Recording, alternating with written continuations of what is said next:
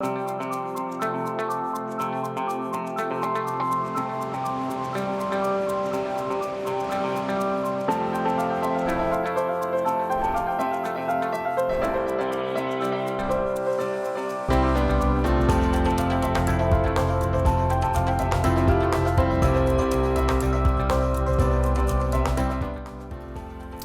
afternoon, I'm Will Michael, and from all of us here at Across the Fence to all of you, happy Thanksgiving.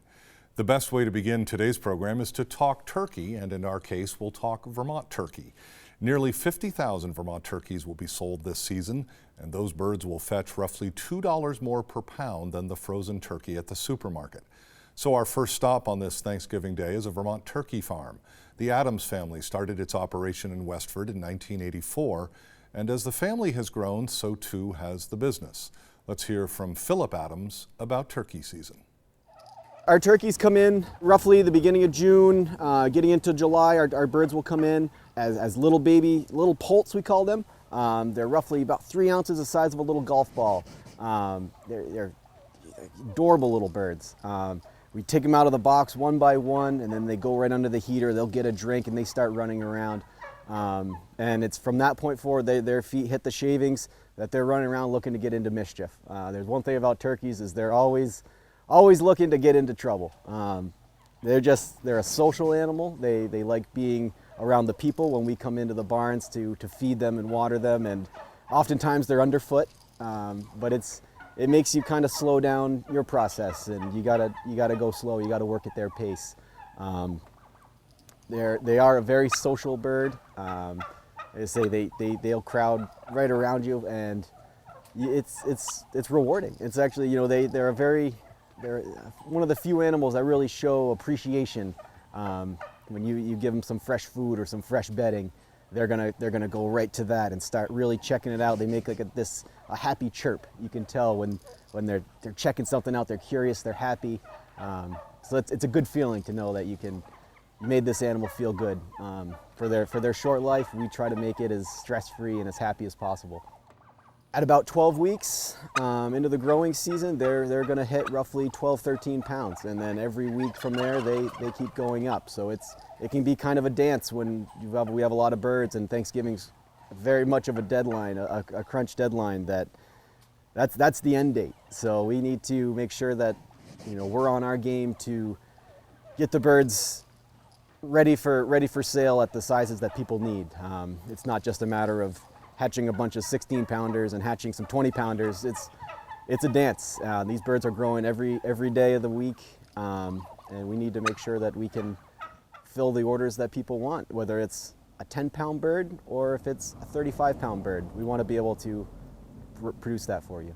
They will try to peck at each other. They're fairly inquisitive birds. So you have some toys that are like hanging up for them to not be bored, I guess. Yeah, they're curious animals. They have great eyesight. A lot of all turkeys in the wild, especially, but these birds aren't very far removed, and they have very good eyesight. And on those bright sunny days, they'll find a speck of dust or dirt or something, and they'll investigate. And they don't have hands to do it with, so they do it with their mouth. And so they'll peck away at each other, and the toys really help to give them something to do. So they don't look to each other; they're looking for their toys. What's it like in the weeks leading up to Thanksgiving? It's controlled chaos leading up to Thanksgiving for sure. It's a fast approaching deadline. We got to get these birds done, and we got to get the sizes that people have been requesting, because orders come in as early as September. Late August, and before we're even processing birds. So we need to make sure that we're able to satisfy what our customers want. That's what's most important, is what our customers want. So yeah, once we see birds that are approximately the size that we're ready to harvest, they're at a good size range, they got a good fat yield on them, we'll bring them up to the processing house and see where they weigh out, and then we take a tally from there and see if, hey, we need to give them an extra week, an extra day, or we got to get them all done before the end of the week. Every year's different, and because we're dealing with a live animal here that doesn't decide to stop at 10 pounds or decide to stop at 15 pounds, they're they're in such a comfortable environment, they're going to keep growing. They're happy as can be to be sitting in the barn next to their food bin. So it can be kind of a chaotic, and then people getting orders in, light, and there's not enough light in the day. It makes for a long day, but it's rewarding. What makes a locally raised turkey different from a frozen turkey in a grocery store? I think what sets apart our Vermont birds is the effort that we put forth into these birds. We put a lot of care into the well-being of this product. We may have a couple thousand turkeys, but on the large scheme of things in other parts of the country, this is a backyard farm. The grain that we get, it's a high quality grain, no antibiotics, it's all vegetarian. It's a high quality food that these birds get. The shavings, the bedding that they're on is local. It's from a local lumber yard, kiln dried shavings. It keeps the bedding real fresh, keeps the birds dry, and it just keeps the environment clean, keeps the air clean. So the size of your farm, the effort that gets put in, is that what makes a locally raised turkey cost more? It does. I think it does. We have a 5-person team here on the farm. It's safe to say that each one of us individually handles a single bird at least half a dozen times. So that's whether it's taking the little tiny pole out of the box and placing it on the shavings, to grabbing that bird in the freezer and handing it over the counter to Mr. and Mrs. Smith. So there's a lot of care, and especially a small farm like us, it's the two owners, Dave and Judy, are right there in every step of the process and have a handle on it, have eyes on everything, so nothing gets by. By the time Thanksgiving rolls around, are you done with turkeys? No, we love turkey. We don't eat turkey very much during the year, so Thanksgiving is really special for us. It's kind of it's a celebration for sure. It's the culmination of a successful season, and yeah, we definitely we double down on turkey for sure. We'll always pick one out that's nice, maybe even two, do them a couple ways, but turkey is definitely the centerpiece at our table as well. Just know that a lot of love went into that bird, and we want you to smile when you take a bite and think of us next year. Our thanks to the Adams Family Turkey Farm in Westford, and remember, it's not too late to order a Vermont turkey for Christmas or New Year's. Along with the turkey, there may be other Vermont-grown food on your Thanksgiving table. One of the fastest growing sectors of agriculture in Vermont is produce farming. Produce farmers go to great lengths to ensure their produce is safe. But washing machines? Well, when we heard produce farmers are using washing machines to spin and dry their greens, we had to see it for ourselves. So let's head to Starksboro as Taylor Mendel of Footprint Farm shows us how this effort all comes out in the wash. Our farm is called Footprint Farm. It's very small. We grow on about 1.5 acres outside, and we have about 1/4 acre inside in high tunnels.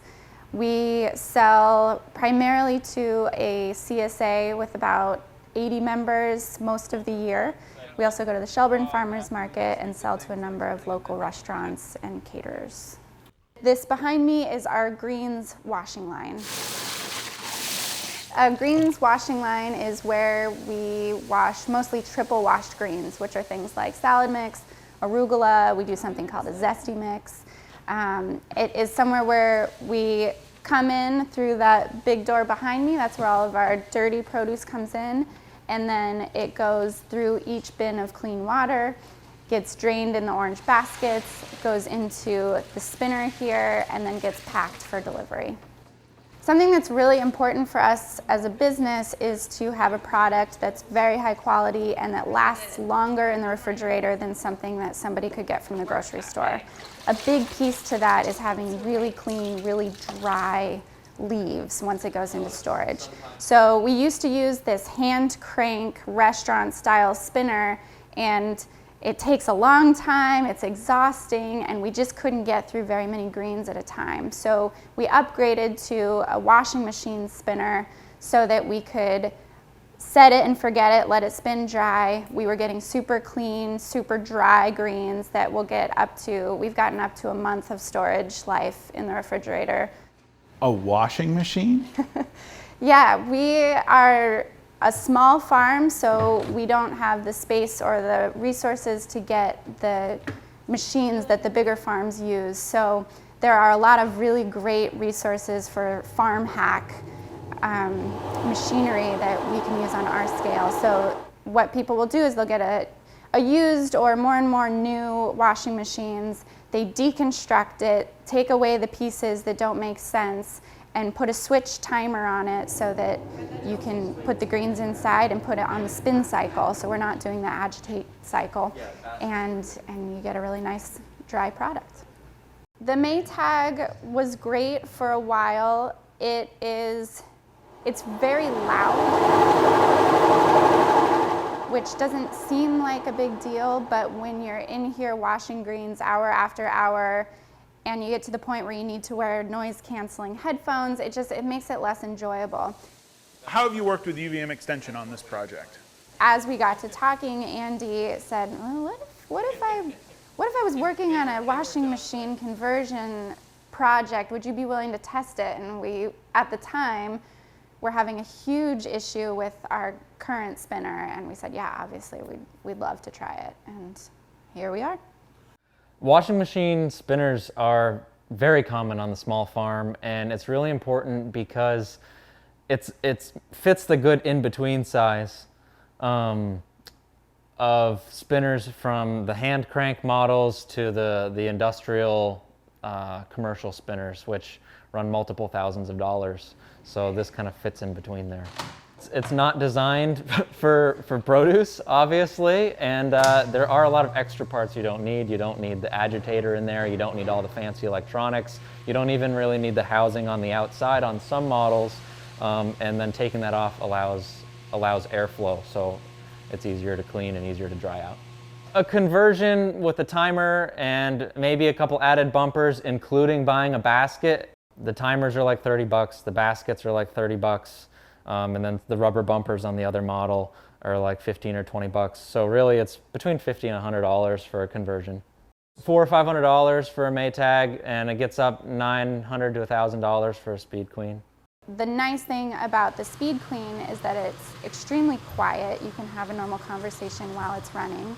So we can have 4 people in here doing lots of different things while the greens line is running, and it doesn't interrupt our workflow. It was like upgrading from a VW Volkswagen Bug with 3 wheels to a Corvette overnight. It was just completely different. UVM Extension is working on issues that are really important for small farms.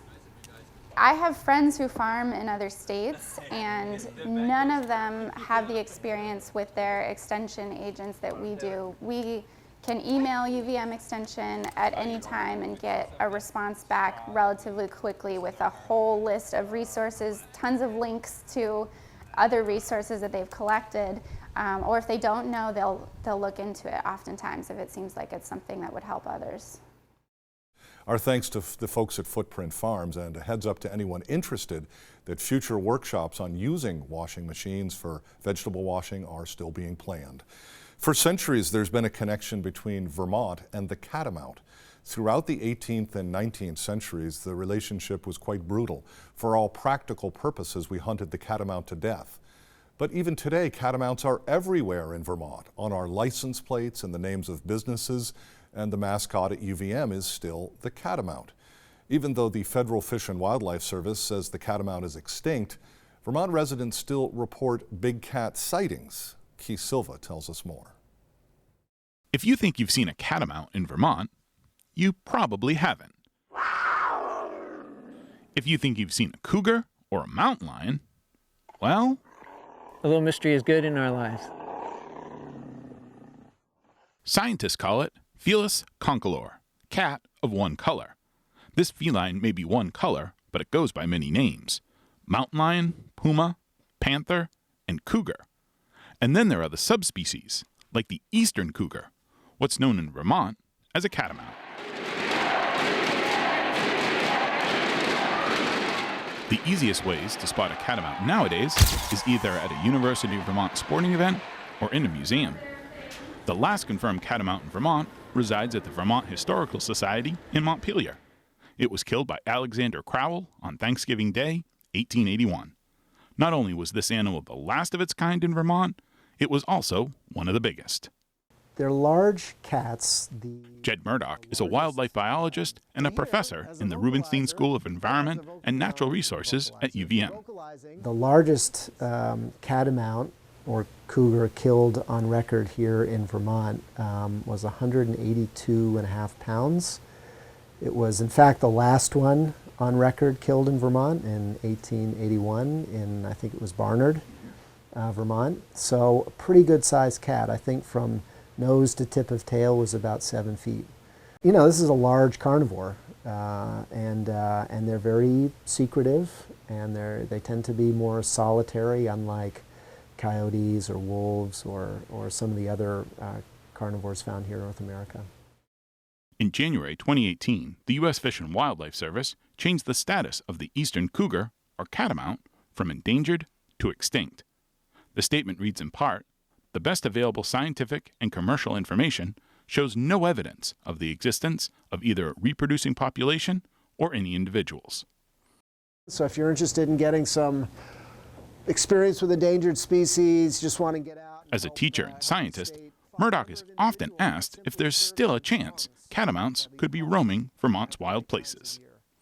I guess if you think of it from like an evidence-based point of view, it's hard to really make that argument. Yes, there are lots of sightings that come through, and the Vermont Fish and Wildlife Department does a great job at investigating, I think, all of those sightings. But there really isn't a lot of hard evidence. And given the fact that we've got lots of roads that crisscross through Vermont, we've got people out in the wilderness, especially during deer hunting times. We've got lots of trail cams out, lots of ways of monitoring the environment remotely. It would be surprising if they were here and we didn't detect them. Now, I have to say that as soon as I make the statement that the catamounts are not here, one will pop up tomorrow, you know, in the news. There's always a chance. There's some uncertainty. This is a needle within a needle within a needle in a big haystack. Mike Kessler is an expert tracker and longtime instructor at UVM. Following him through the woods is an education. Ooh, I see it. Look at this right here. You can see there's a nice large heel pad print here. One of the best locations Kessler's found for tracking in Vermont is the Jericho Research Forest. Running through the 485 acres that encompass this property is the Millbrook Watershed, which, according to Kessler, federal biologists consider the highest value wildlife corridor in the Northeast. Kessler's tracked all kinds of animals through these woods, including large cats. Now I have to turn and slink this way. And I'm thinking, because when toes are poked through, they have definition that's clear like that. That's usually an indication there's more time standing in this track. That's a cougar track, is what you're telling me. Yeah, that has no nails anywhere in there. Not a dog, not a bear. Now, a huge dog is not going to move this stealthy. The nails are going to be out. And so it's a preponderance of evidence. It's circumstantial, but we just keep building the case until we find one that's absolutely conclusive. And so, so in other words, it's like, would I spend the rest of the day following this one? Sure. Yeah, I would invest my time and energy on this one, as opposed to others that are like, oh, yeah, it could be, but not sure. But when you add all this up, it's, yeah, this is what they say, makes sense in the big picture and in the little picture. So we run with it. Not only has Kessler tracked a big cat here in Jericho, he has his own big cat, Tail to Tell. In 2015, Kessler's longtime tracking companion, a corgi named Lucy, died. Kessler figures he and Lucy took over 10,000 walks together, many of them in this area, which is why he chose to bury Lucy in the Jericho Research Forest. 7 months after Lucy's death, Kessler says he got an urge to visit her grave. The night before, she'd been dug up. I found her there cached under debris, something that had a 4-foot-long reach. She was down over 2.5 feet under a layer of clay, so there was plenty good tracks there with clay. There was an animal whose rear feet were 6 feet behind the hole. Dug her up, left her there, and there were just mountain lion tracks all over there. As Kessler further investigated the site, he confirmed what he suspected. It wasn't a bear or a bobcat that had dug up Lucy. It was a cat. A big one. Physics gets involved too, not just in making the tracks, which is so you have a force through a form, you need pounds per square inch and you need compaction on the soil, but in digging up a grave, the amount of force that had to be generated, aside from the prints that it left in the clay there, but just the force alone, to dig through clay down over 2 feet, there has to be equal and opposite force in the rear feet anchoring it. So you could see in there how hard that cat was digging and how far that dirt was spread, including Lucy's hair a little bit when it got to it. So those rear feet were anchored for a while there. So it was very easy to see where the rear feet were. The rear feet were that far apart and they were 6 feet behind the hole. So that's not a bobcat again. It's not a bobcat, and it wasn't a bear, because the bear have their claws out, and their anatomy is totally different than the anatomy of a mountain lion. A mountain lion in Vermont. But how did it get here? And what was it doing in Jericho? Kessler has a theory. About the time he discovered Lucy's disinterred remains, a large interagency drill was taking place about 5 miles northeast at the Camp Ethan Allen training site. The exercise was teaching emergency responders what to do after a simulated earthquake. It makes sense that if an animal was coming through, it could very well be in there, and if it is in there and that type of activity kicks off, it's going to get pushed out one way or the other. It's going to go up Millbrook or down Millbrook, and appears to have come down. And on its way down, it would have ended up in the corridor where I buried Lucy. And so from a practical point of view, it's, yeah, you put it all together, it's like, I guess you could call it a perfect tracking storm. After the discovery, Kessler reburied Lucy's remains in another location. When he returned home, he did something unconsciously that would reinforce what he already knew about the presence of big cats in Vermont. I had smelled so bad, I had to just throw away all my clothes, and I threw the rake and the shovel up on top of the wood pile, just because I didn't want to deal with them. About a month later, Kessler awoke in the middle of the night to an odd sound. It was like the weirdest owl sound I'd ever heard. And then all of a sudden, I hear the sound over there. And I was like, oh, it must be an owl, because nothing else would move that quick and that silently. It had to have flown down there. Kessler has a recording of what he heard that night, what he calls a cat bark.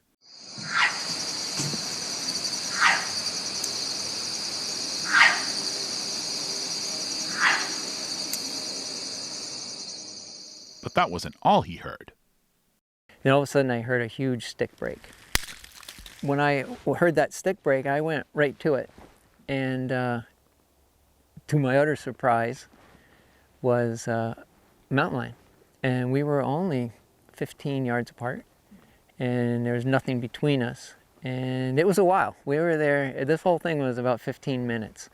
And standing in that one place under some pine trees, it left really good tracks there too. That mountain lion had come to my house, attracted to my wood pile. It was standing on its rear legs, and I didn't understand why. And then I looked on top of the wood pile, and there was the rake and the shovel. I totally forgot about that. Kessler's story and his tracking expertise gives credence to the presence of cougars in Vermont. If so, it's likely to be a subspecies, the western cougar, and not the eastern cougar or catamount. Like many humans who visit Vermont, these western cougars are probably just passing through, tourists. But what would it mean if one decided to stay? Maybe brought a friend. Could Vermont once again become cat country? The start of a population is always a pair of dispersing individuals, right? So, you know, there's the possibility that more than one could end up here and a population could get started. But, you know, you've also got this issue of social carrying capacity. Are people here in Vermont willing to accept, you know, a large felid, a large carnivore in the landscape? And we made it pretty clear many years ago in the 1800s, really, that we did not want them around. Both wolves and catamounts were driven to extinction through bounties and other means. Maybe times have changed. I would be thrilled to know that catamounts are here. They're such powerful symbols of wilderness, and to me, knowing that the landscape is in enough of a natural state to be able to support cougars is something that I would hold great value towards. Because Vermont lacks large open areas like those out west, Murdoch tempers his enthusiasm for the possible return of big cats to the Green Mountains. Kessler, on the other hand, embraces the mystery. And heck, if you're a tracker, you're fueled by mystery. It drives you to get right down on your hands and knees and get dirty and follow things and follow them a long time and look at details that other people would think are silly. And because that's very tactile, that's tangible, that's real. But what drives you to do that is the mystery, the love of the mystery, and you never solve the whole mystery. Whether there are cougars in Vermont or not, or if they're only passing through, perhaps it's good there's still a little mystery about that. In Jericho, I'm Keith Silva with Across the Fence.